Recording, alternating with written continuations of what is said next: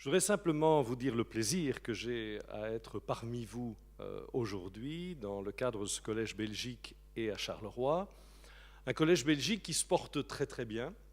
Il a 9 ans, c'est sa 10e saison au total, et cela bien évidemment grâce à l'énergie et à la lucidité aussi d'Hervé Asquin, mon prédécesseur, que je voudrais encore remercier pour tout ce qu'il a fait pour l'Académie royale de Belgique et notamment en instituant ce collège Belgique. Remercier aussi Majo Simoun, qui a été la cheville ouvrière pendant ces 9 ans que vous avez vu à de très nombreuses reprises, ici ou ailleurs, et à qui on doit aussi, en très large partie, le succès du Collège Belgique. Lui succède, à partir de cette année, Jean-Pierre Devroy, et je me réjouis d'avoir déjà, bien sûr, travaillé avec Jean-Pierre et de continuer à le faire.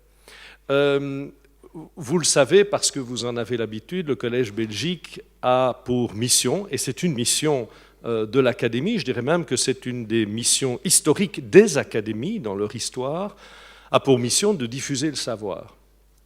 Ce qui m'apparaît encore plus important aujourd'hui et de plus en plus important, ce n'est pas seulement de diffuser le savoir, mais c'est d'approfondir la critique. Notre société, finalement, manque de critique. Peut-être qu'a priori, on la lit partout, mais fondamentalement, la critique s'atténue et il n'y a pas de science sans critique. C'est la critique qui fait la science. Et j'aimerais que le Collège Belgique poursuive cette mission, non seulement de diffuser du savoir, mais surtout d'apprendre à critiquer ce savoir, parce que c'est en critiquant qu'on en voit les faiblesses et qu'on peut le faire progresser. Et aujourd'hui encore, je pense que ce sera une leçon de critique d'une grande figure, celle de Tocqueville, cette leçon à laquelle nous convie Paul Magnette. Je voudrais donc vous remercier pour votre présence, vous dire que l'Académie royale de Belgique n'est pas seulement une académie qui n'ose pas sortir de ses murs du palais des académies de la rue Ducal à Bruxelles, qu'elle est au service de l'ensemble de la population francophone de Belgique, qu'elle travaille avec le Collège de France, c'est-à-dire qu'elle travaille avec l'international, et que je me réjouis bien évidemment que nous soyons à Charleroi. Vous aurez pu constater dans le programme que nous avons un gros programme à Charleroi, qui est conforté aussi par votre présence, et un programme que j'aimerais voir pratiqué, suivi également par de jeunes têtes, blonde ou brune, ça m'est bien égal, mais j'aimerais aussi que les écoles secondaires de la région de Charleroi et de Charleroi même puissent suivre ces cours. Donc nous allons aussi, Jean-Pierre Devroy et moi, contacter un maximum d'établissements, parce que la critique dont je vous parlais tout à l'heure est une démarche que l'on doit enseigner dès le plus jeune âge, et c'est un public que l'Académie doit absolument rencontrer de plus en plus souvent. Voilà, je vous remercie pour votre présence et je vous redis une dernière fois tout le plaisir que j'ai à être parmi vous. Je cède maintenant la place à l'université ouverte, une université que j'ai bien connue dans une vie antérieure, à laquelle d'ailleurs j'ai été un peu partie prenante, et en tout cas, je n'oublie pas que l'Université libre de Bruxelles, comme l'Université de Mons, sont des acteurs extrêmement importants dans le monde de l'enseignement supérieur à Charleroi. Merci beaucoup et excellente conférence.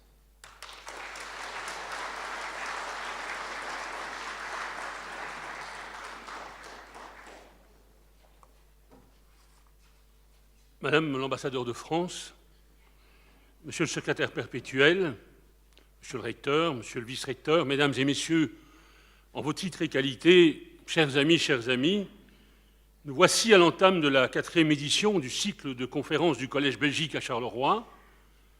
Le succès de ce programme, qui était encourageant dès le début, qui s'est amplifié au fil des éditions et qui est flagrant désormais, doit nous amener à dépasser la légitime satisfaction d'avoir vu juste, d'avoir compris que les carolorégiens seraient friands de cette forme d'ouverture vers le savoir et le développement personnel à tous les âges de la vie que constituent ces cours-conférences. Chercher à comprendre la signification sous-jacente du succès de ce cycle de conférences de haut niveau, ça n'a rien à voir avec l'expression d'un étonnement comme si nous n'étions pas vraiment certains à l'origine que ça prendrait. Mais il s'agit plutôt de mieux déchiffrer ce que cet engouement nous dit de nous-mêmes, carolorégiens, et de l'évolution de notre ville.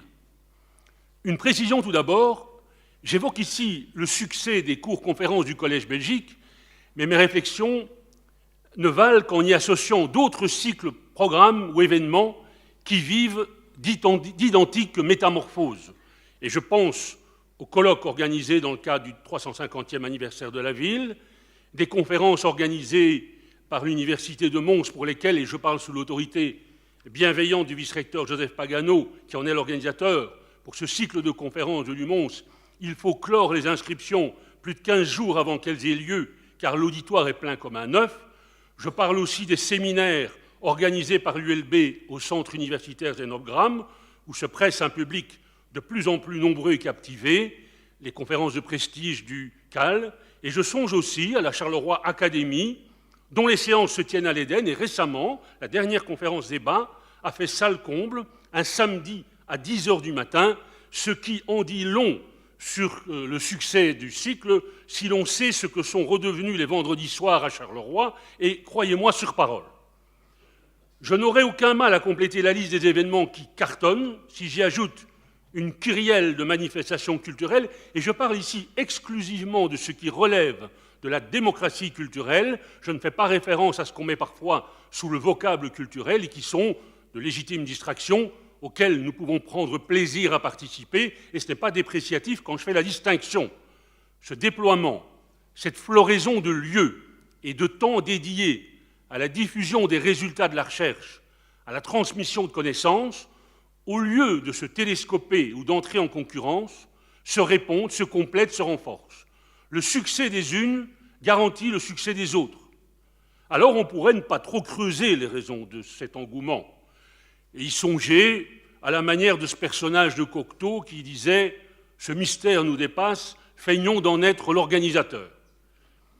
Mais ça vaut tout de même la peine de se demander pourquoi, dans nos sociétés où l'on nous dit que l'individualisme replie trop souvent les gens sur eux-mêmes, discutant sur les réseaux sociaux avec celles et ceux qui pensent déjà comme eux, protégés dans la controverse par un écran ou une identité farfelue, une société où la suroffre médiatique consiste trop souvent, comme le disait cyniquement voici quelques années le patron de la principale chaîne de télévision française, à vendre du temps de cerveau disponible aux annonceurs, c'est-à-dire à anesthésier l'esprit critique, à se rapetisser pour n'être plus qu'un consommateur. Eh bien, ça vaut la peine de se demander pourquoi dans notre ville, et je me doute bien et j'espère bien que nous ne sommes pas les seuls, nous sommes, nous, plutôt heureux d'observer, de façon tangible, les signes d'un mouvement inverse.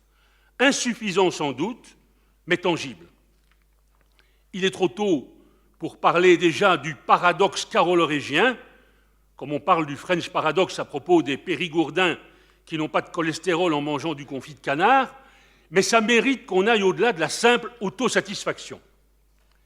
Marqué par l'optimisme de l'action, je voudrais hasarder ce soir une interprétation plutôt stimulante. Je crois sincèrement, en observant ces évolutions trop constantes et concordantes pour être le fruit du hasard ou d'une courte embellie, que nous allons nous défaire beaucoup plus vite que nous le pensions du fardeau qui ralentit depuis les temps immémoriaux notre développement régional, à savoir la faiblesse comparée du niveau de formation des carolorégiens par rapport à la moyenne régionale ou communautaire. Ce handicap est identifié depuis très longtemps, les écarts sont chiffrés, sont décortiqués, surtout par rapport au taux de diplômés de l'enseignement supérieur, qui est un vecteur extrêmement important de croissance du capital humain. C'est la raison d'ailleurs pour laquelle Ce rattrapage figure en tête des objectifs à poursuivre sans désemparer. Les raisons sont multiples et connues, ce qui fait que, depuis quelques années maintenant, des leviers ont été conçus et mis en action pour agir sur toutes les pesanteurs identifiées. La mise en chantier d'un véritable campus au cœur de la ville, avec la Cité des métiers, le centre universitaire Zénogramme, auquel a fait allusion M. Vivier, l'implication résolue et déterminée de toutes les universités et des hautes écoles à Charleroi, la création de cet outil si souple et innovant qu'est l'université ouverte, dont la mission est de mieux cerner les besoins de formation supérieure indispensables au développement régional, afin de se mettre au service de ces mêmes universités et hautes écoles pour développer une offre de formation supérieure de proximité qui stimulera cet objectif de formation tout au long de la vie. Ces outils vous sont familiers désormais et ils ont quitté les limbes des perspectives et des animations 3D. Ils sont là, ils sont neufs, doivent monter en puissance, mais ils sont là. Même, direz-vous, quel est le lien entre toutes ces institutions, entre ces nombreux chantiers et les succès exponentiels des événements ponctuels qui touchent à la transmission des savoirs et à la culture, alors qu'on pourrait penser qu'il s'agit d'activités latérales non stratégiques. Mon opinion est qu'il existe un lien, bien plus étroit qu'il n'y paraît, entre les politiques volontaristes mises en œuvre et l'appétit d'un public sans cesse croissant, multigénérationnel, pour tout ce qui permet d'évoluer en permanence. En un mot, je pense sans forfanterie que nous sommes en train de devenir, bien plus rapidement que nous le pensions, une ville apprenante. Cette notion n'est pas un gadget stylistique. Apprendre à apprendre, à interroger et interpréter, plutôt qu'à consommer passivement, c'est ce qui caractérise aujourd'hui une ville qui innove sur le plan de la participation, de la formation tout au long de la vie, de la réappropriation par ses citoyens de la richesse de son passé, de son folklore.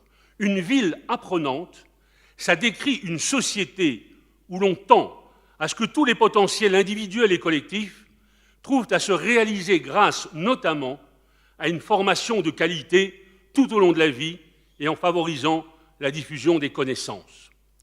Aujourd'hui, dans l'articulation coordonnée des nombreux projets, dans les énergies mises en œuvre, dans les ressources mobilisées, nous observons que des résultats qui nous paraissaient hier encore à envisager à moyen ou à long terme sont à portée de main à quelques encablures. Je pense bien entendu au développement des formations supérieures dans le périmètre de la région. Prenons une illustration, une seule.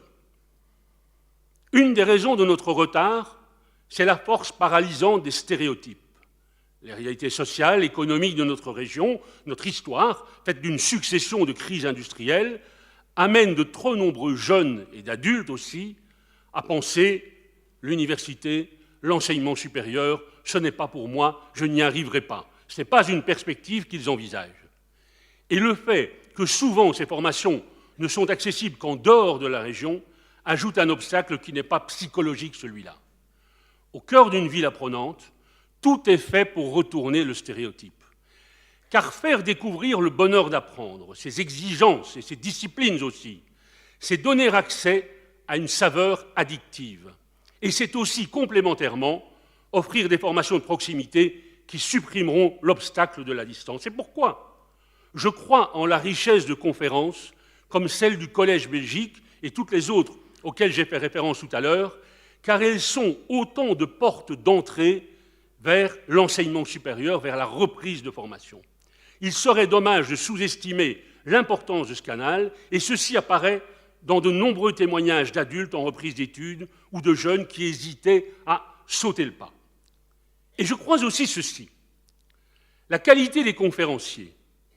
Je vais parler ici de cette double qualité qui consiste à un ou une spécialiste reconnue ou reconnue dans un domaine d'expertise, tout en réunissant, c'est beaucoup plus rare qu'on ne croit, les qualités de pédagogue capables de transmettre et de vulgariser au sens noble, la qualité, l'excellence de ces conférencières et de ces conférenciers, disais-je, nous aide, chacun autant que nous sommes, à mieux nous orienter dans un monde complexe et trop souvent inintelligible. Pour reprendre une très belle métaphore de Jean-Claude Amessen, au cours de ces soirées, vous ne me contredirez pas, nous avons à chaque fois le sentiment de grimper sur les épaules des géants pour voir plus loin et nous projeter de façon plus confiante dans l'avenir.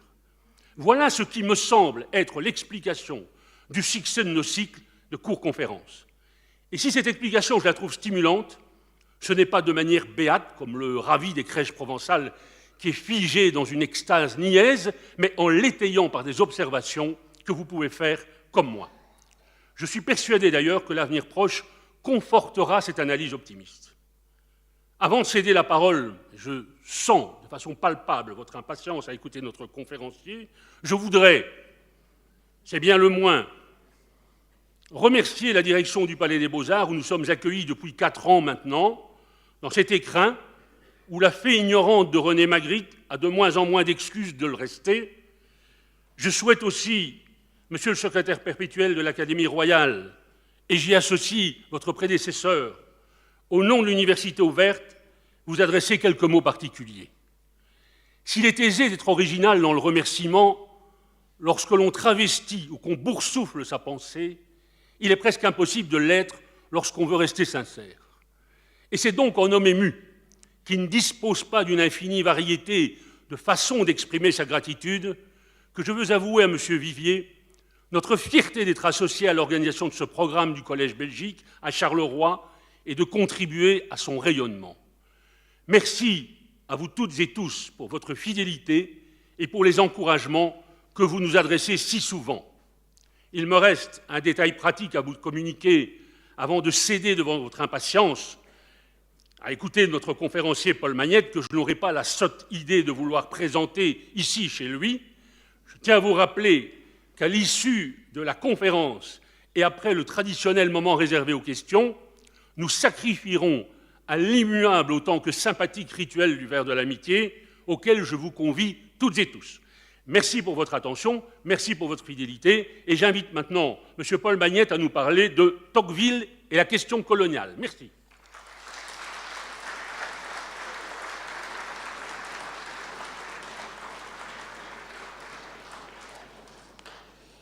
Merci Dominique.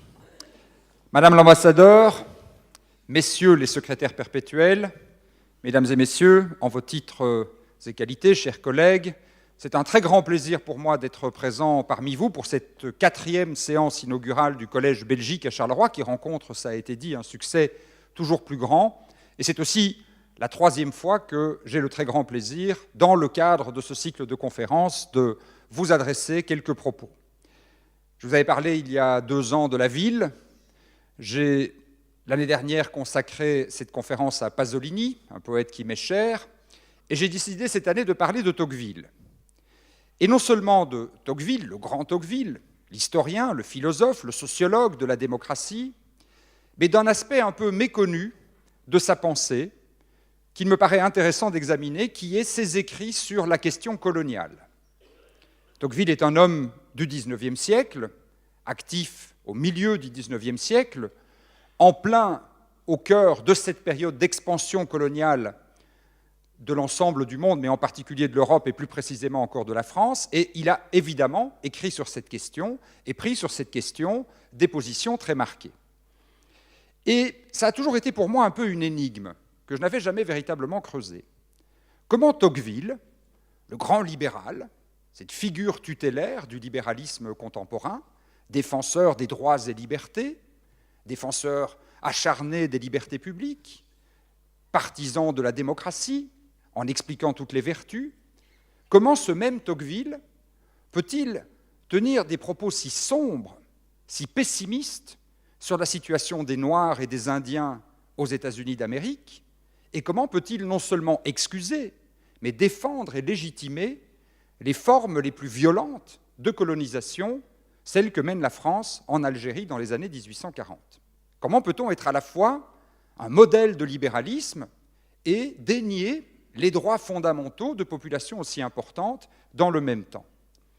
Je ne suis évidemment pas le premier à m'être posé cette question. Et je suis frappé de voir combien elle n'a pourtant jamais vraiment été creusée aussi loin, me semble-t-il, qu'elle mériterait de l'être. Si vous prenez les grands réhabilitateurs de Tocqueville au XXe siècle, Raymond Aron d'abord dans les années 60, le sociologue qui fait de Tocqueville l'un des grands sociologues contemporains. Il écrit les étapes de la pensée sociologique et il place Tocqueville, excusez du peu, entre Montesquieu et Auguste Comte et juste avant Karl Marx. En fait, en quelque sorte, le pendant libéral de ce que représente Karl Marx, ce qui, dans les années 60, dans un climat dominé par la pensée de Marx, est évidemment un geste intellectuel important. Eh bien, Raymond Aron passe presque totalement sous silence cet aspect de la pensée et des écrits de Tocqueville. Si vous prenez 10 ou 15 ans plus tard les écrits de François Furet, le très grand historien de la Révolution, qui réhabilite Tocqueville comme l'un des plus grands historiens et l'un des meilleurs analystes de la genèse de la Révolution française, là aussi, pratiquement rien sur cette question. Et si vous prenez Pierre Manant, un grand philosophe politique, qui écrit un livre important sur Tocqueville dans les années 80, eh bien là aussi, il laisse presque totalement de côté la question de l'esclavage, la question coloniale, que ce soit en Amérique ou que ce soit en Afrique. Première attitude, donc, ignorer le problème.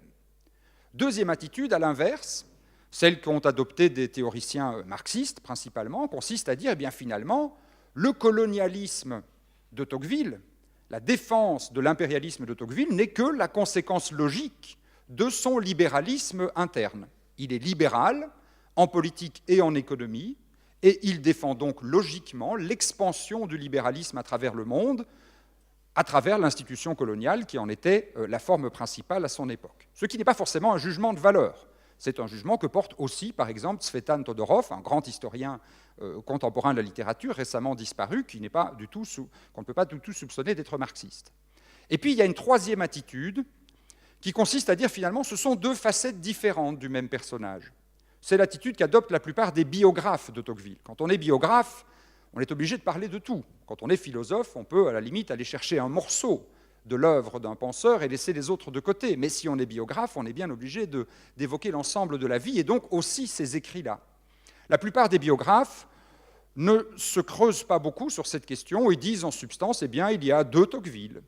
Il y a le Tocqueville jeune, libéral, démocrate enthousiaste, qui fonde la théorie de la démocratie, et puis il y a le Tocqueville politique, puisqu'il fut parlementaire très longtemps, il fut même un éphémère ministre des Affaires étrangères, et ce Tocqueville politique, il est pris, comme tout politique, dans les contraintes de l'action.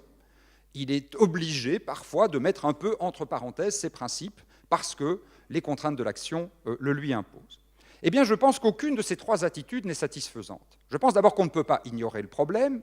C'est une partie importante de son œuvre, et nous allons le voir, et je citerai des passages abondamment, j'ai pris tous mes livres avec moi. Ce sont des propos qui ne sont pas simplement de l'indulgence, mais ce sont des propos extrêmement durs qu'il tient à l'égard des Noirs, à l'égard des Indiens et à l'égard des populations arabes d'Algérie.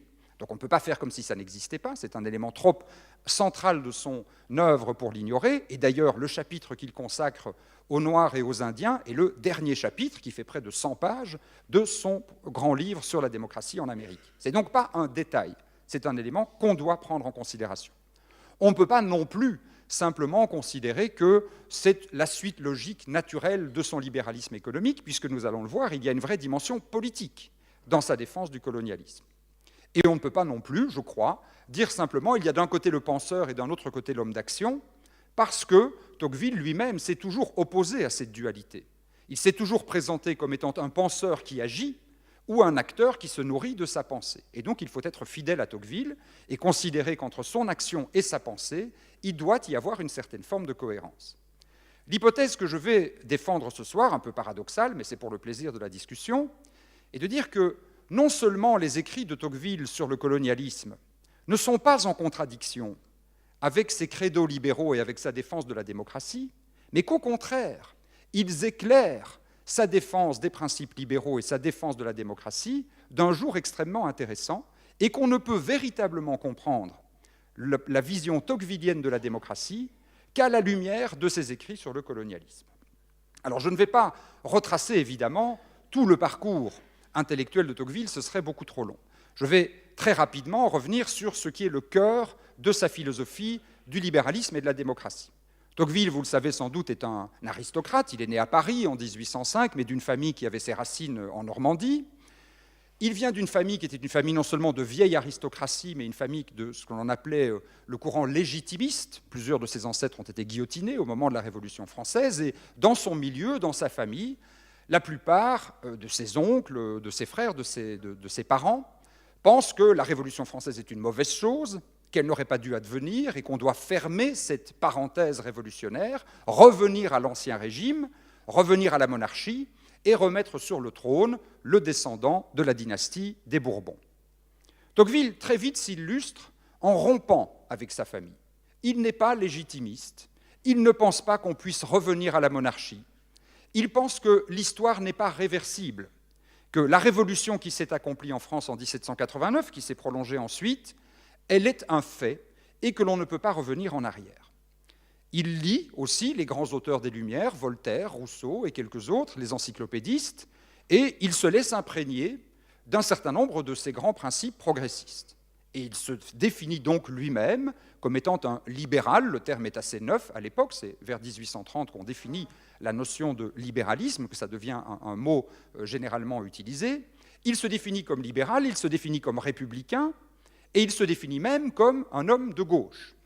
Quand il est élu à l'Assemblée nationale, il doit, comme tout parlementaire, décider où il va s'asseoir dans l'hémicycle, et il n'hésite pas un instant, il va aller s'asseoir à gauche, au centre-gauche, à côté des radicaux, à côté des socialistes, à côté des républicains, mais certainement pas du côté des conservateurs et des réactionnaires. Son choix politique est donc clair. Mais il n'en reste pas moins tourmenté par l'instabilité politique interminable de la France. La France a connu ses révolutions, 1789, 1791, 1793. La France a connu ensuite la dérive impériale, a connu une restauration, et puis connaîtra encore une révolution en 1848. Comment se fait-il, se demande Tocqueville, que ce pays soit incapable de stabiliser sa République, de stabiliser sa démocratie? Pourquoi semble-t-elle être pris dans un tourbillon révolutionnaire interminable? C'est la question qui l'obsède. Pourquoi, alors qu'en Angleterre, les réformes se sont faites graduellement, pas à pas, alors qu'en Amérique, il y a eu une révolution démocratique quelques années avant la Révolution française, en 1776, et qu'en Angleterre et en Amérique, on vit paisiblement, pourquoi la France est-elle incapable de joindre la jouissance de la liberté et la stabilité politique dans le même temps? Et pour essayer de répondre à cette question, il va faire un voyage, et il va essayer d'examiner un autre pays, un autre exemple, qui peut apporter un regard extérieur sur sa situation. Il part avec son ami Gustave de Beaumont, ils sont tous les deux jeunes magistrats, ils s'ennuient dans la magistrature, comme beaucoup de jeunes magistrats. Ils demandent l'autorisation d'aller faire une étude aux États-Unis, qui est un pur prétexte, sur le régime pénitentiaire américain, soi-disant pour éclairer les réformes qui sont en cours en France. En fait, il a déjà plusieurs idées en tête. L'une, disent les mauvaises langues, c'est d'aller courir le jupon en Amérique. L'autre, c'est plusieurs de ses biographes qui le disent, l'autre et surtout, c'est de comprendre cette démocratie américaine. La démocratie américaine du début du XIXe siècle, on est dans les années 1830, est en effet un phénomène qui fascine les Européens. Tocqueville veut adopter la même démarche que celui qui est son grand modèle, Montesquieu. Montesquieu, pour comprendre la France, a étudié l'Angleterre. Étudiant l'Angleterre, ça lui permettait de porter un jugement critique sur la France absolutiste d'avant la Révolution, et ça lui permettait aussi de faire la défense du modèle constitutionnel anglais. Tocqueville veut utiliser la même démarche, mais il est convaincu qu'on ne peut plus prendre l'Angleterre comme modèle. En tout cas, elle ne peut plus être un modèle pour la France, puisque la France est allée plus loin que l'Angleterre. Elle a fait une révolution, elle a aboli la monarchie, elle a établi la République, elle a largement octroyé le suffrage universel ou presque universel. Elle ne peut donc plus prendre exemple sur un pays qui est politiquement moins avancé qu'elle. Le seul exemple disponible donc, c'est l'Amérique. C'est ce pays qui est un véritable laboratoire de la démocratie qu'il veut mieux comprendre. Et il part pendant de longues semaines, il fait un très long voyage, un voyage assez pénible par moments, puisque non seulement il visite les grandes villes, il rencontre des intellectuels, il rencontre des élus, il rencontre des journalistes, mais il va parfois se perdre très loin dans le sud et dans le nord des États d'Amérique de l'époque et étudier de très près les populations américaines, essayer de les rencontrer dans la diversité de ces populations, se livrant à une étude à la fois géographique, ethnographique, sociologique, historique, une étude extrêmement vaste de la situation américaine. Et il en sort son premier grand livre, La démocratie en Amérique, dont le premier tome paraît en 1835, qui sera un succès de librairie immédiat, très vite réédité, très vite traduit en anglais et dans d'autres langues, et qui est devenu un grand classique sur la démocratie, dans lequel il essaie d'exposer les raisons pour lesquelles la démocratie européenne fonctionne, la démocratie américaine, pardon, fonctionne, à la différence du régime français. Une grande partie de son explication est une explication très classique, très classiquement libérale. Si on lit Tocqueville, on peut avoir l'impression que c'est lumineux et qu'il est le premier à avoir tout compris. Si dans le même temps on lit Guizot, on lit Constant, on lit les autres grands auteurs libéraux français de la même époque, on s'aperçoit que la majeure partie de ce qu'il écrit, c'est les lieux communs de l'époque, en quelque sorte, dans le courant de pensée dans lequel il s'inscrit. Ce qui fait la démocratie, ce qui fait sa stabilité, explique-t-il, c'est la représentation. La représentation politique permet de filtrer la volonté populaire et d'éviter d'avoir de grands mouvements de foule. Ce qui fait la stabilité démocratique, c'est la séparation des pouvoirs. Il faut que le pouvoir arrête le pouvoir, selon la fameuse expression de Montesquieu. Ce qui fait cette stabilité, c'est aussi les libertés publiques. C'est l'usage de la liberté de la presse, la liberté de l'enseignement. C'est encore la décentralisation administrative.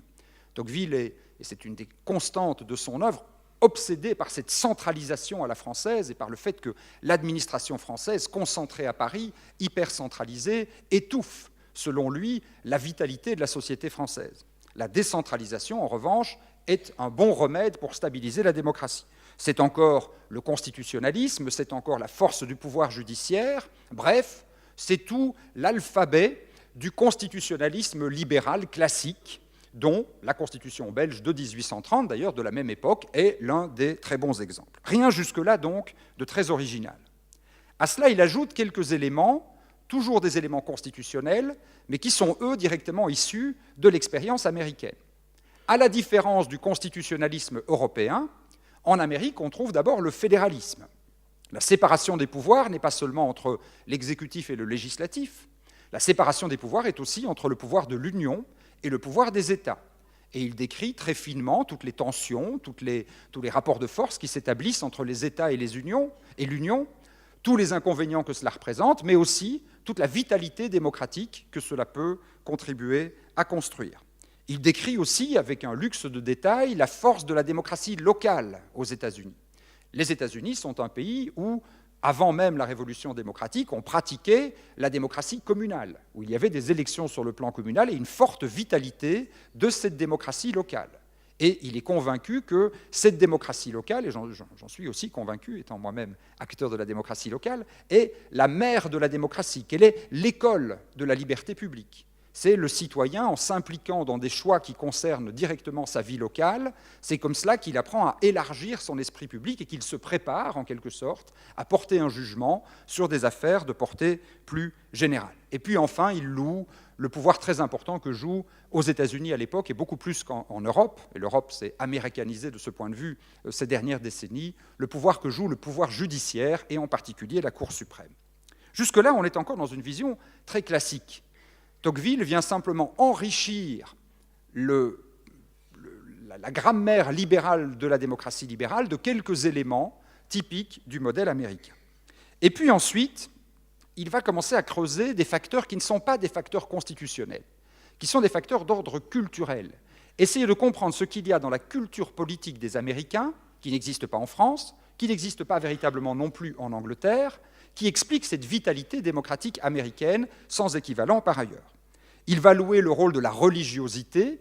L'Amérique est un pays très religieux, chrétien mais pas catholique, avec une forte dispersion, une forte décentralisation des cultes et une forte diversité, un fort pluralisme des cultes protestants. Et ceci contribue, selon lui, à inscrire dans la culture collective une certaine forme de moralité, une certaine forme de contrôle social qui contribue à faciliter l'exercice de la liberté.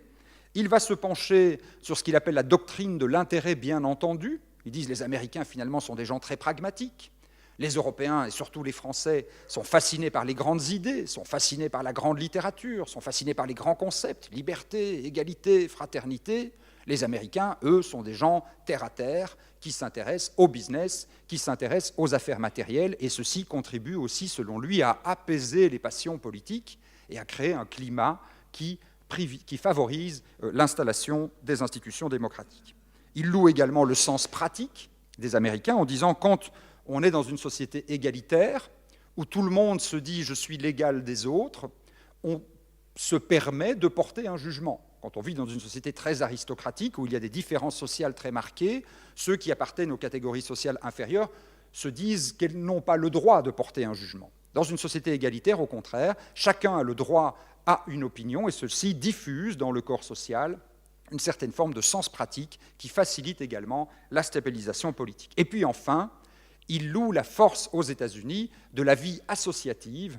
Il remarque que les Américains se réunissent énormément dans différentes formes d'associations, qu'ils ont cet esprit grégaire qui les amène à se réunir dans des associations de la nature la plus diverse. Et il étudie en particulier ce qu'on appelle les sociétés de tempérance, ce qu'on appellerait aujourd'hui les alcooliques anonymes, c'est-à-dire les lieux où les gens qui abusent des bonnes choses se réunissent pour se libérer de ces assuétudes, en montrant que tous ces endroits où les Américains se réunissent sont aussi comme de petites écoles de la démocratie. On y apprend à délibérer, on y apprend à débattre, on y apprend à élargir le spectre de ses opinions, et ceci prépare, ceci jette les bases d'une culture civique qui permet d'enraciner les institutions démocratiques. Ayant dit cela, Tocqueville n'en reste pas moins très sceptique sur la possibilité pour la démocratie de s'établir en Europe, et même sur les risques que fait courir le régime démocratique dans l'exemple américain où il est pourtant bien implanté. Le pessimisme démocratique de Tocqueville est très parlant tout au long du livre. Quand il décrit la démocratie, il explique qu'on n'a pas le choix. Il faut l'accepter, parce qu'il est convaincu que, je l'ai dit, l'histoire n'est pas réversible. La démocratie est un fait.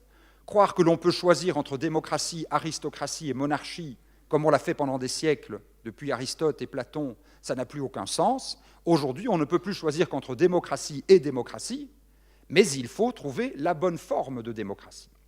Et il faut savoir quel mécanisme et quelle culture est diffusée pour qu'elle puisse véritablement s'implanter et se stabiliser. Or, c'est là, montre-t-il, dans la deuxième partie de son ouvrage, un exercice extrêmement difficile. Chacune des qualités de la culture publique américaine a son revers. Les Américains sont intéressés par les choses matérielles, c'est bien, ça les détourne des grandes idées, mais l'inconvénient, c'est qu'ils deviennent terriblement matérialistes et que la seule chose qui les intéresse, c'est leur bien-être personnel. Ils deviennent dès lors aussi très égoïstes, ils se détournent de la chose publique, ils se replient sur eux-mêmes. Les Américains aiment la vie associative et ont le sens pratique, mais à force de débattre entre eux, se produit ce qu'il appelle une forme d'uniformisation des opinions. Ceux qui ont des opinions radicalement différentes, ceux qui ont des opinions tranchées, osent à peine les exprimer.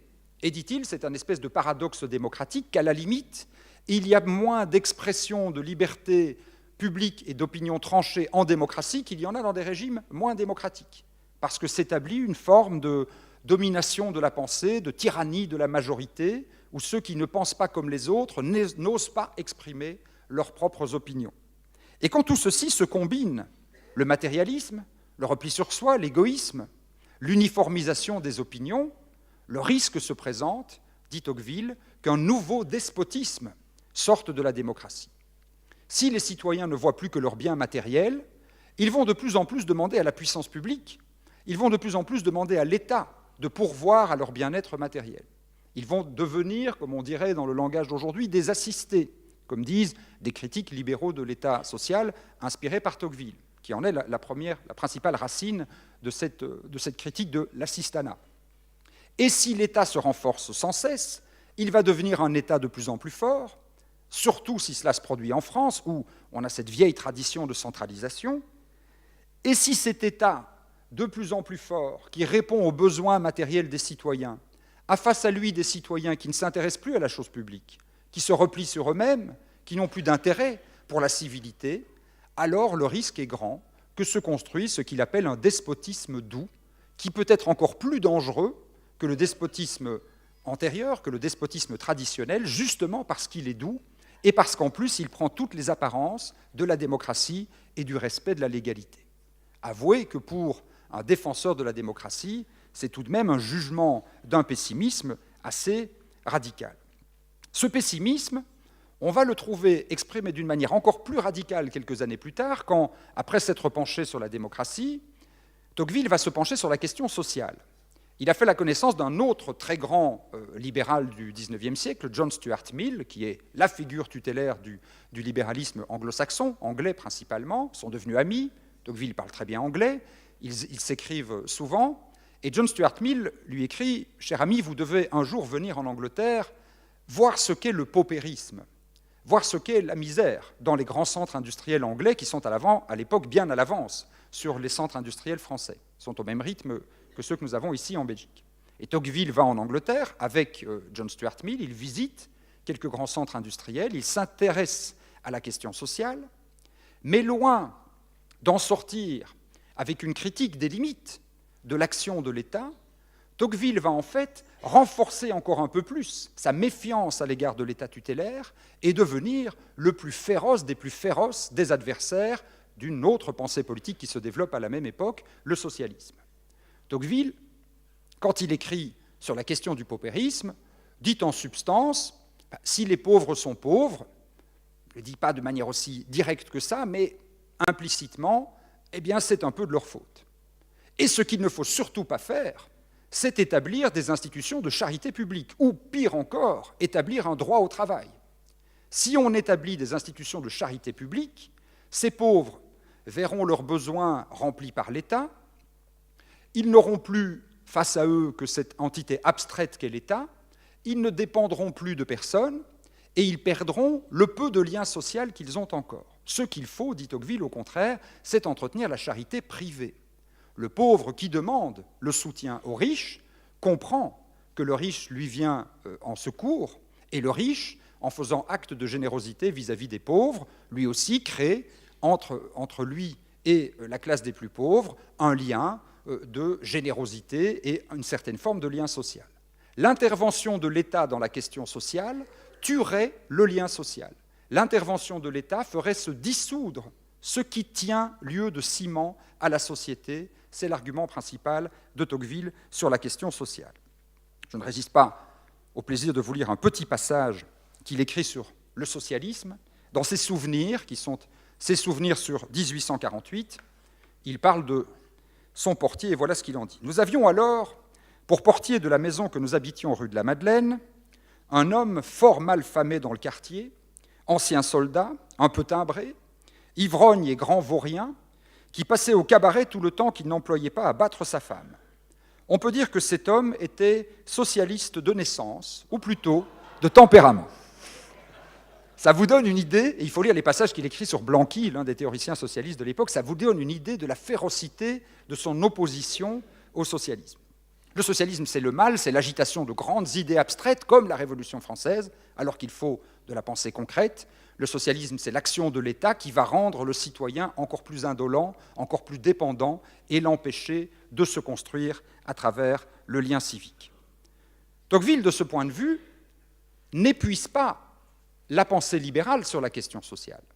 Tous les libéraux, et tous les libéraux du XIXe siècle, n'ont pas ce raisonnement-là. Si on prend le raisonnement de John Stuart Mill, son grand ami, le raisonnement est complètement différent. Mill dit s'il y a des pauvres, c'est par la faute de la société, c'est parce que la société est mal organisée.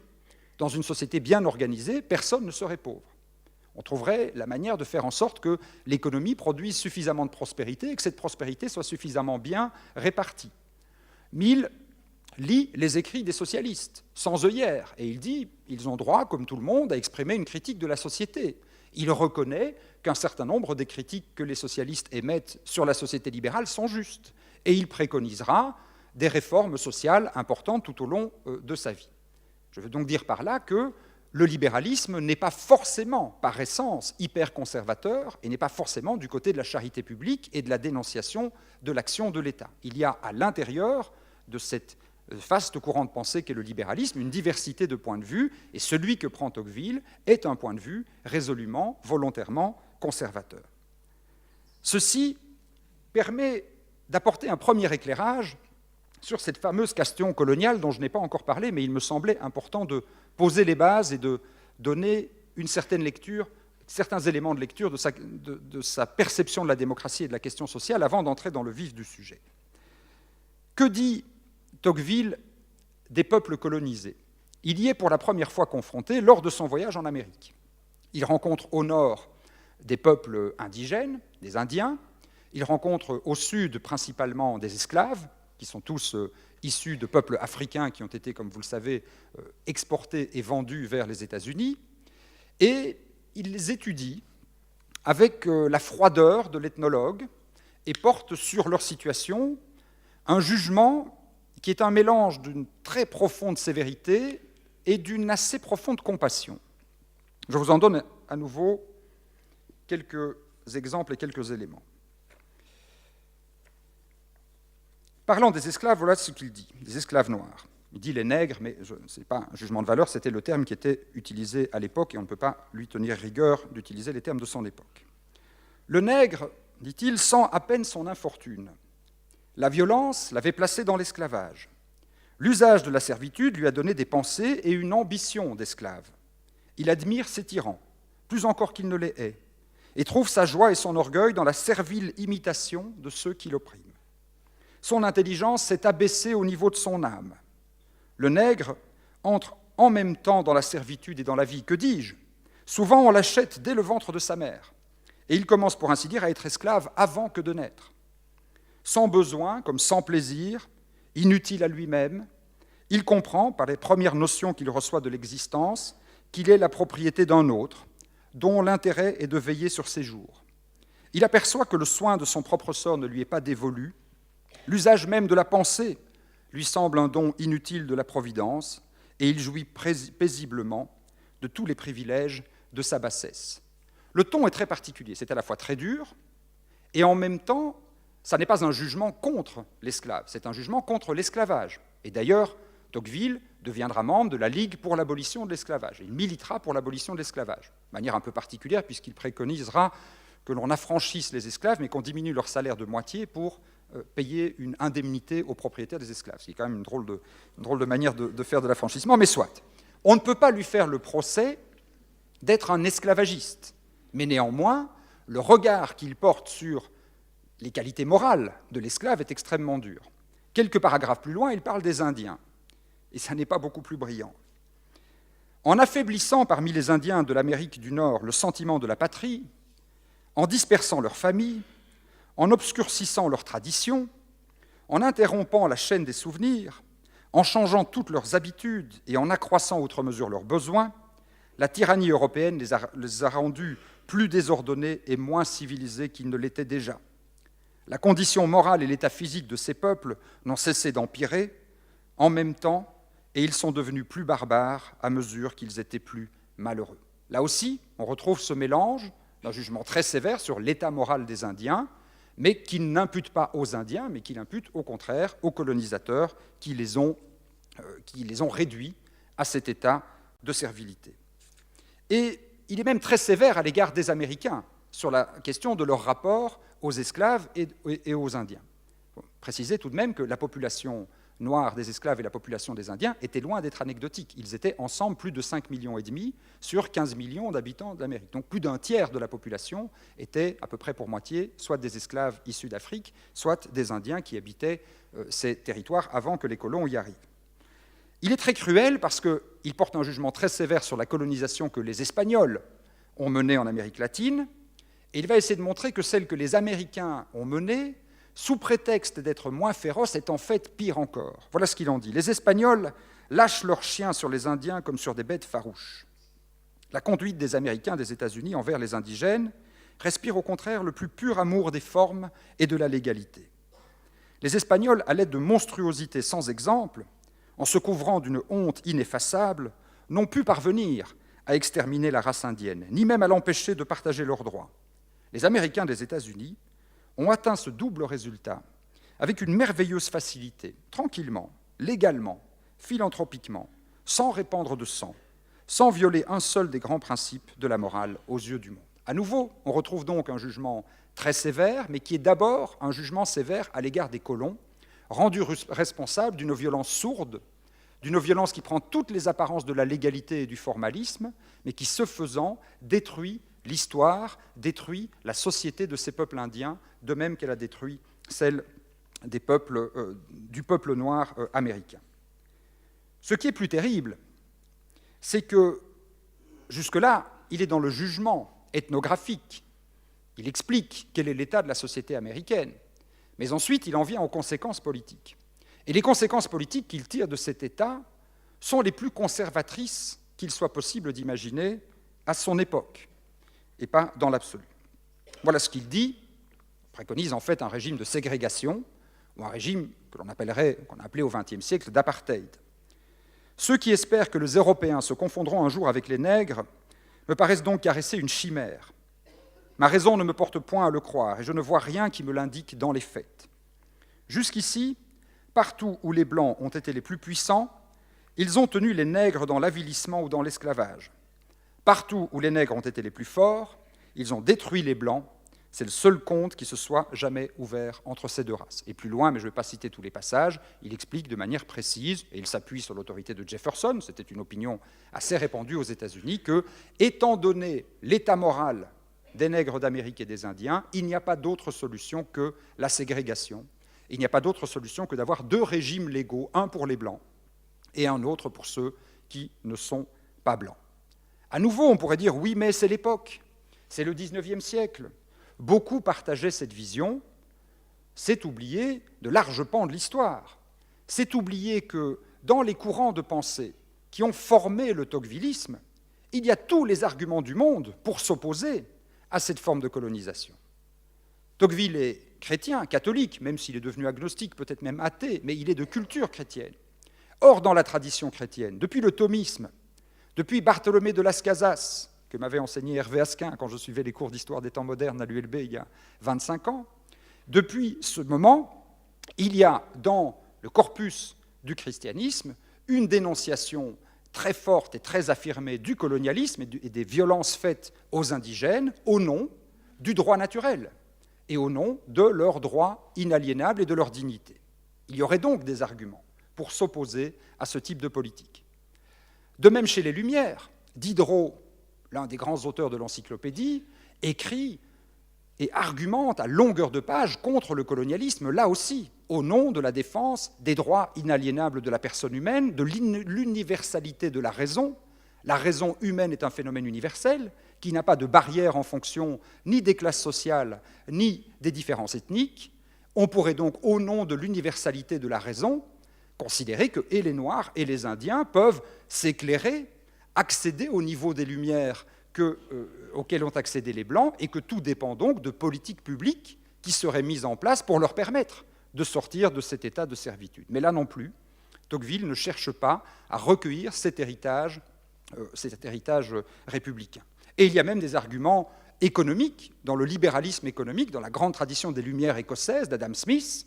Adam Smith a très fermement condamné le colonialisme, pas tellement pour des raisons humanitaires, lui, mais en disant le colonialisme, finalement, c'est un mauvais régime économique, il va créer des distorsions de la concurrence, et il coûte extrêmement cher puisqu'il faut occuper militairement ces territoires et que l'occupation militaire coûte très cher et va conduire à l'augmentation des impôts.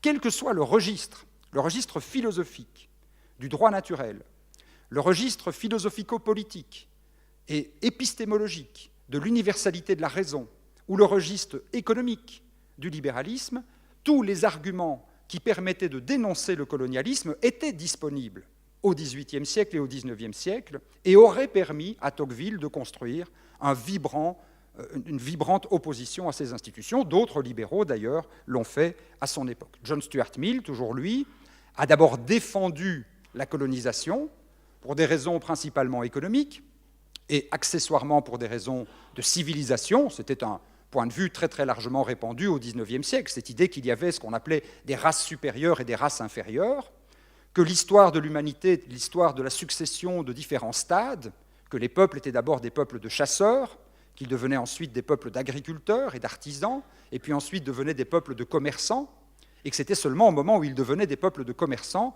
qu'ils accédaient à la raison et qu'ils accédaient à la lumière. Dans cette vision donc rationalisatrice, les Européens se disaient « nous qui sommes un stade plus loin dans l'histoire que les peuples d'Afrique ou que les peuples d'Amérique latine ou que les peuples d'Asie et l'Inde, nous avons une espèce de droit moral à les coloniser pour les élever à notre niveau de civilisation. » C'était un argument très largement répandu, partagé par des républicains comme Jules Ferry, par exemple, partagé même par un certain nombre de socialistes, et qui était dans la pensée moyenne. Mais malgré cet argument en faveur de la civilisation, il y avait aussi, dans le langage de l'époque, des condamnations très strictes, très dures du colonialisme en général, et à l'intérieur de ceux qui préconisaient la colonisation, il y avait des critiques très dures des manières de mener la colonisation. Et c'est ce que va faire John Stuart Mill en disant « Le colonialisme tel que le mènent les Britanniques est tout à fait indigne. Ce sont des gens intéressés qui vont uniquement chercher leur propre profit, qui vont exploiter les ressources naturelles de ces peuples. Ce sont des gens qui n'ont aucune connaissance de la civilisation locale, qui vont donc ne pas comprendre les peuples qu'ils prétendent éclairer, et tout ça ne va conduire qu'à établir des rapports de domination et des rapports d'exploitation. Et tout en défendant le principe du colonialisme, John Stuart Mill va se faire de plus en plus critique de la manière dont les Britanniques et les Européens en général ont colonisé et devenir un défenseur d'une forme de colonialisme plus technocratique, très légaliste et très respectueux des formes. Là aussi, son ami Tocqueville lui fausse cruellement compagnie. Quand il commence à s'intéresser sérieusement à la question coloniale française, en 1837, il écrit de premiers rapports qui sont déjà une apologie du fait colonial.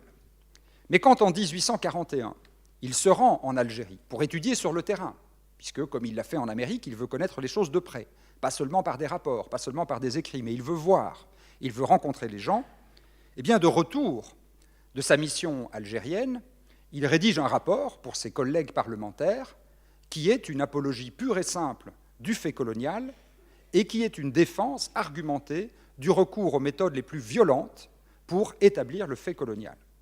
Et là, il y a un positionnement très particulier. Il aurait pu, s'il était resté dans la moyenne de la pensée de son époque, dire « je défends l'idée que la France a besoin d'une colonie », pour diverses raisons. Tocqueville, d'ailleurs, ne le défend pas pour des raisons de civilisation. Il ne croit pas que la France puisse apporter ses lumières aux Arabes et aux Kabyles, pour utiliser ces termes. Il ne le défend pas non plus vraiment pour des raisons économiques, mais il défend la colonisation pour des raisons purement politiques. La France doit avoir des colonies comme l'Angleterre. L'Algérie est un positionnement géopolitique très stratégique. On ne peut pas laisser l'accès à la Méditerranée aux Anglais, qui ont déjà l'accès à l'Inde et qui sont en train de construire un grand empire et s'orientent vers l'Afrique. La France doit donc contrôler l'Algérie, pour des raisons géopolitiques. Et en plus, dit-il, que la France se lance dans une grande aventure coloniale, cela contribuera à restaurer le sens de la grandeur, cela contribuera peut-être aussi à instiller un peu de patriotisme chez le citoyen français qui sera fier des réussites coloniales de la nation. Jusque-là, raisonnement politique assez banal. Mais là où Tocqueville n'est pas banal du tout, et là où Tocqueville n'est vraiment plus du tout libéral, c'est quand il explique comment il faut organiser la colonisation. Première chose, il dit « J'ai souvent entendu en France des hommes que je respecte, mais que je n'approuve pas, trouver mauvais qu'on brûlât les moissons, qu'on vidât les silos, et enfin qu'on s'emparât des hommes sans armes, des femmes et des enfants. Ce sont là, suivant moi, des nécessités fâcheuses, mais auxquelles tout peuple qui voudra faire la guerre aux Arabes sera obligé de se soumettre. » Je continue un peu plus loin. Le moyen le plus efficace dont on puisse se servir pour réduire les tribus, c'est l'interdiction du commerce. Le second moyen en importance, après l'interdiction du commerce, c'est le ravage du pays. Je crois que le droit de la guerre nous autorise à ravager le pays et que nous devons le faire, soit en détruisant les moissons à l'époque de la récolte, soit dans tous les temps en faisant de ces incursions rapides qu'on nomme des razzias et qui ont pour objet de s'emparer des hommes et des troupeaux. Il faudra aussi détruire tout ce qui ressemble à une agrégation permanente de population, ou en d'autres termes à une ville. Je crois de la plus haute importance de ne laisser subsister ou s'élever aucune ville dans les domaines d'Abdelkader. Pillage, ravage, destruction des villes. Ça n'est pas tout. Pour qu'une colonie s'établisse, il faut aussi qu'elle ait un sol. Il faut qu'elle soit propriétaire du sol. Eh bien, comment procéder ? Soit comme les Américains qui les ont achetés, c'est vrai, de manière pas très correcte à l'égard des Indiens, en leur donnant des pacoteries et de l'alcool et de l'opium. Non, il y a un moyen beaucoup plus simple, nous dit Tocqueville. Il n'y a en général rien de plus dangereux dans un pays nouveau que l'usage fréquent de l'expropriation forcée. Je ne saurais trop me plaindre de l'abus qu'on en fait chaque jour en Algérie. Mais dans le cas présent, et dans ce désordre prodigieux de la propriété, un pareil remède, administré une fois pour toutes, en une seule dose, est nécessaire. Il faut de toute nécessité arriver à ceci, fixer à l'aide d'une procédure sommaire et d'un tribunal exécutif établi pour cette seule occasion la propriété et ses limites. Voilà Tocqueville, le libéral, le défenseur des libertés publiques, de l'autonomie du pouvoir judiciaire, qui défend des juridictions d'exception et des expropriations forcées sans indemnité pour les propriétaires du sol. Ça n'est pas encore fini. Reste le problème de savoir où vont habiter ces Arabes et ces Kabyles, puisqu'ils ne peuvent pas habiter dans des villes. À ce sujet, il y a plusieurs systèmes, mais tous s'accordent et doivent s'accorder en un point, à savoir la nécessité de ne point laisser la population s'éparpiller dans la campagne et de la forcer d'habiter dans des villages que l'État fortifierait à ses frais et dont il confierait la défense à un officier de son choix. C'est ce qu'on appelle la politique de la villagisation, c'est forcer les habitants, et en particulier les habitants nomades, à habiter dans des villages que l'on peut donc plus facilement contrôler d'un point de vue militaire. Comment justifie-t-il ce recours à la violence la plus abjecte, ce recours au ravage, ce recours aux tribunaux d'exception, lui qui se prétend libéral? Il le justifie par cette phrase, qui dit tout. La vérité est qu'il n'existe pas encore en Afrique ce que les Européens entendent par une société. Les hommes y sont, mais non le corps social. Et cette phrase, pour moi, est extrêmement importante. Elle est extrêmement importante parce que je crois qu'elle révèle le cœur de la pensée de Tocqueville et quel est le noyau qui permet d'expliquer ce qui est une contradiction apparente. Pour Tocqueville, une société ne peut exister que si elle est fondée sur des traditions qui ont été longuement établies et transmises de génération en génération. Elle ne peut exister que si dans cette société se sont construites des relations sociales entre des groupes sociaux différents mais qui se respectent et qui établissent entre eux une certaine forme de cohésion. Et elle ne peut exister donc, peut exister par ailleurs que si le droit de propriété est reconnu et crée un attachement partagé à la propriété, et partout et au territoire, et partout où ces conditions ne sont pas réunies, alors la démocratie n'est pas possible. Alors la démocratie est une utopie, est une impossibilité. Comment explique-t-il cette absence de société, pour élaborer un petit peu en Afrique? Voilà quelques exemples. Voilà ce qu'il dit par exemple des Arabes. Les Arabes ne sont pas fixés solidement au sol, et leur âme est bien plus mobile encore que leur demeure. Quoiqu'ils soient passionnément attachés à leur liberté, ils prisent un gouvernement fort, et ils aiment à former une grande nation. Et quoiqu'ils se montrent fort sensuels, les jouissances matérielles, immatérielles, ont un grand prix à leurs yeux. Et à chaque instant, l'imagination les enlève vers quelque bien idéal qu'elle leur découvre. Alors qu'il vient de dire, par ailleurs, qu'avec les Kabyles, il était possible de discuter, puisque les Kabyles étaient individualistes et matérialistes, avec ces Arabes qui sont immatérialistes, fascinés, passionnés, impossible de discuter, impossible de tenter d'établir un régime commun. Il n'y a donc qu'une solution, il n'y a donc qu'un régime, qu'une solution politique possible pour l'Algérie. C'est la même que celle qu'il avait trouvée pour l'Amérique, c'est la ségrégation. La société musulmane et la société chrétienne n'ont malheureusement aucun lien. Elles forment deux corps juxtaposés, mais complètement séparés. Tous les jours, cet état de choses tend à s'accroître par des causes contre lesquelles on ne peut rien. L'élément arabe s'isole de plus en plus et peu à peu se dissout. La population musulmane tend sans cesse à décroître, tandis que la population chrétienne se développe sans cesse. La fusion de ces deux populations est une chimère qu'on ne rêve que quand on n'a pas été sur les lieux. Il peut donc, et il doit donc, y avoir deux législations très distinctes en Afrique, parce qu'il s'y trouve deux sociétés très séparées. C'est la définition pure et simple de la ségrégation ou de ce qu'on a appelé au XXe siècle, je le disais, l'apartheid. À cela, il ajoute des considérations sur l'islam, qui sont aussi extrêmement dures. Il pense que c'est une religion tout à fait archaïque. Voilà ce qu'il en dit. Il écrit à son ami Arthur de Gobineau, le théoricien de la théorie des races, qui était son secrétaire, avec qui il se fâchera, et j'y reviendrai. Il n'adhérera pas à la théorie raciale de Gobineau.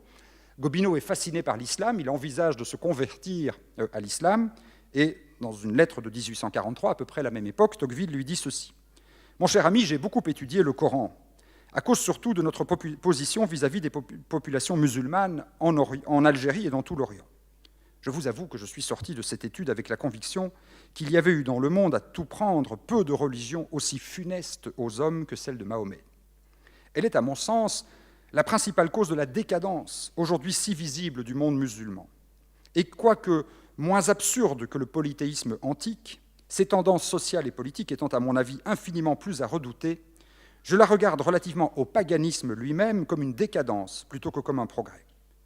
Voilà ce qu'il me serait possible, je crois, de vous démontrer clairement s'il vous venait jamais la mauvaise pensée de vous faire circoncire. Je passe sur le trait d'humour final.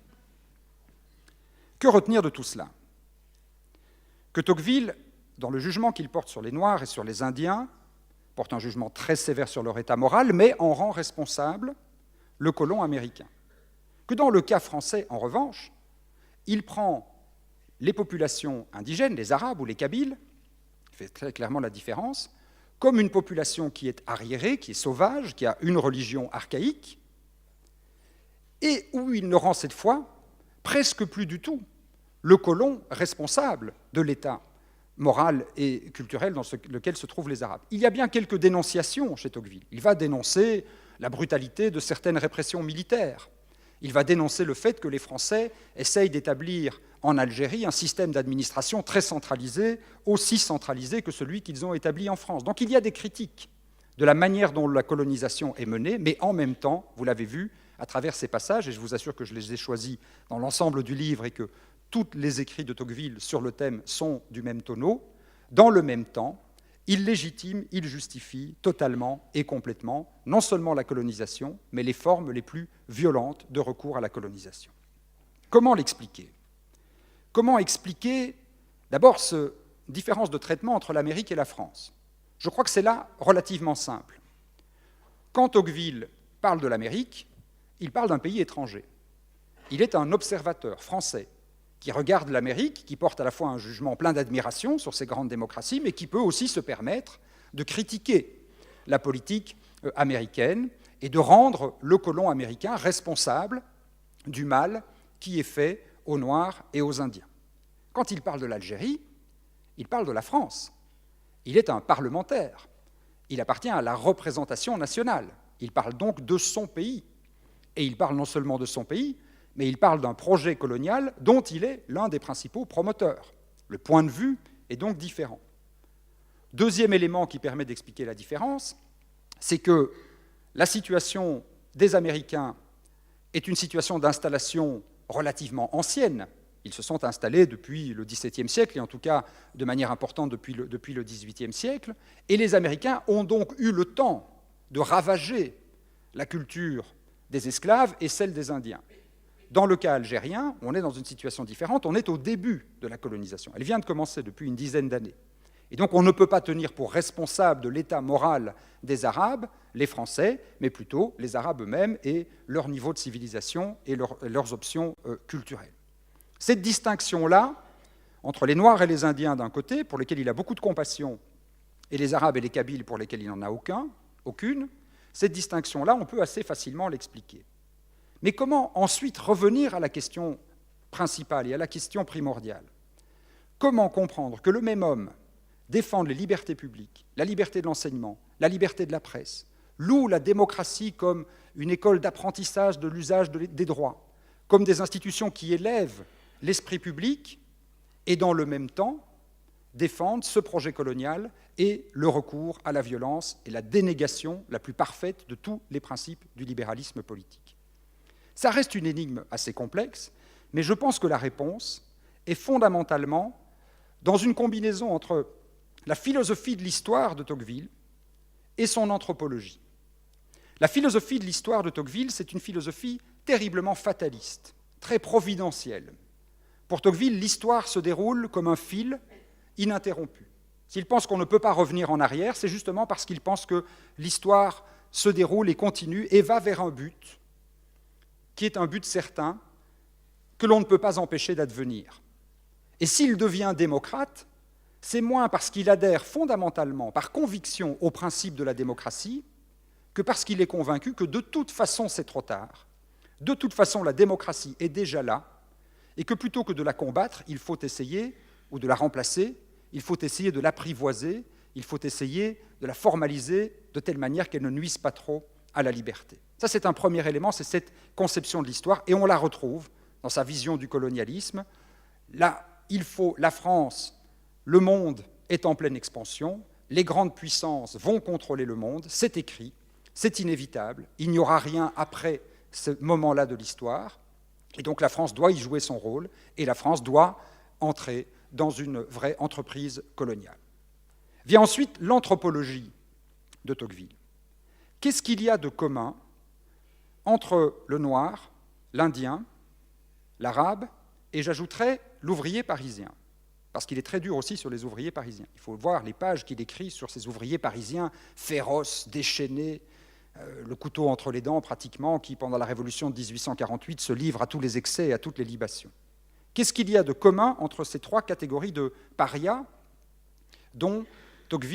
sur lesquelles Tocqueville porte un jugement extrêmement sévère?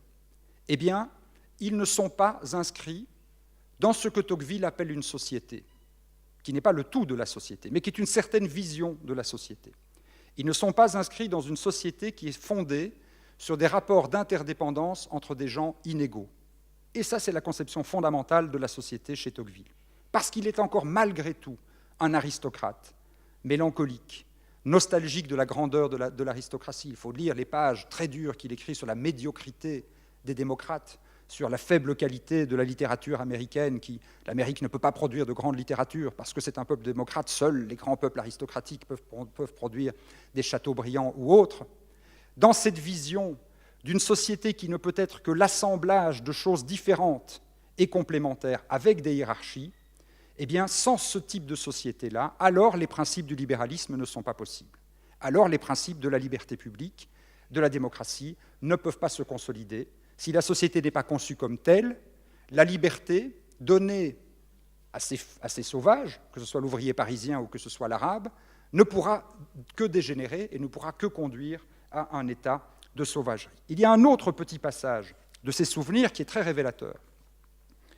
C'est un petit passage dans lequel il essaye de comprendre pourquoi il habite à Paris, en pleine révolution de 1848. À certains moments, il retourne dans son château de Tocqueville, en Normandie, et là-bas, tout est calme. Comment se fait-il que la révolution n'ait lieu que dans les centres urbains, et en particulier à Paris? Eh bien, voilà comment il l'explique. Une certaine agitation démagogique régnait, il est vrai, parmi les ouvriers des villes. Mais dans les campagnes, tous les propriétaires, quelle que fût leur origine, leurs antécédents, leur éducation, leurs biens, s'étaient rapprochés les uns des autres et ne semblaient plus former qu'un tout. Les anciennes haines d'opinion, les anciennes rivalités de caste et de fortune n'étaient plus visibles. Plus de jalousie ou d'orgueil entre le paysan et le riche, entre le gentilhomme et le bourgeois, mais une confiance mutuelle, des égards et une bienveillance réciproque. La propriété, chez tous ceux qui en jouissaient, était devenue une sorte de fraternité. Ça, c'est, je pense, aussi une des phrases qui révèle au mieux la conception de la société de Tocqueville. Pas tellement le droit de propriété. Beaucoup d'auteurs marxistes disent finalement Tocqueville, ce n'est que le droit de propriété décliné à travers toutes ces dimensions. Ce n'est pas tellement ça, à mon sens. C'est la vision qu'il a de la société. Cette société, pour eux, la société idéale, c'est la campagne normande. Ce sont plus de jalousie, plus d'orgueil entre le paysan et le riche, confiance mutuelle, des égards, une bienveillance. Et tous les exemples coloniaux qu'il a décrits sont l'exacte négation de ceci. Entre le maître et l'esclave en Amérique, qu'y a-t-il? Un maître odieux qui exploite son esclave, qui prive l'esclave du sens même de son individualité, mais qui, ce faisant, s'avilit lui-même. Et entre le maître et l'esclave, il n'y a plus qu'une relation de domination et d'envie de destruction.